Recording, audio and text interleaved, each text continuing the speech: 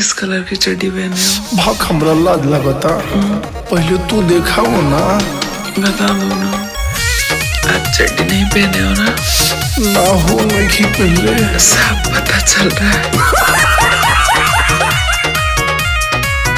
किस colour की पहनी हो चोटी?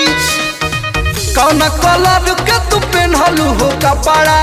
इंस्टाग्राम पे हो खोता लफड़ा। किस कलर की चड्डी पहने हो? भाग हमरा लाज लगता। कौन कलर के तू पहनलू हो कपड़ा? इंस्टाग्राम पे हो खोता लफड़ा। खोजता वे गुलिया रे लुलिया, खेले के कबड्डी कबड्डी। चड्डी नहीं पहने हो ना? कसम खा के बताओ ये बॉबी, किस कलर की पहनी हो चोटी? कसम खा के बताओ ये बॉबी, किस कलर की पहनी हो चोटी? बताओ ना। किस कलर की चड्डी पहने हो? पहले तू देखा हो ना। किस कलर की पहनी हो चोटी? कसम खा के बताओ ये बॉबी, कौना कलर के पेन्हले बारू चोली हो? आव न जानू मिले हो मोटोली हो।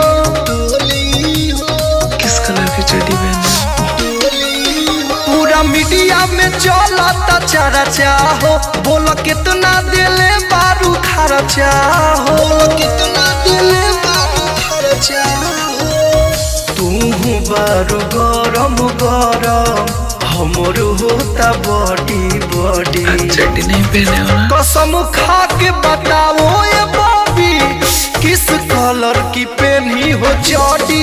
कसम खा के बताओ ये बॉबी, किस कलर की पहनी हो चोटी? बताओ ना। किस कलर की पहनी हो चोटी? Kamlesh recording studio Mohammadpur. किस कलर की पहनी हो चोटी? राज तू आज हमसे तो बताई हो, शर्मा मृत्युंजय उहे करी तराई हो।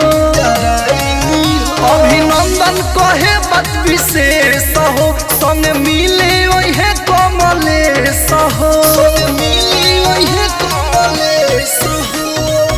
घूमे खातिर लेके गाड़ी आवतानी ओडी ओडी। दिखाओ ना।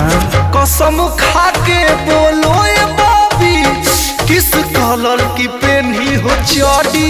कसम खा के बताओ ये बॉबी, किस कलर की पहनी हो चोटी? बता दो ना।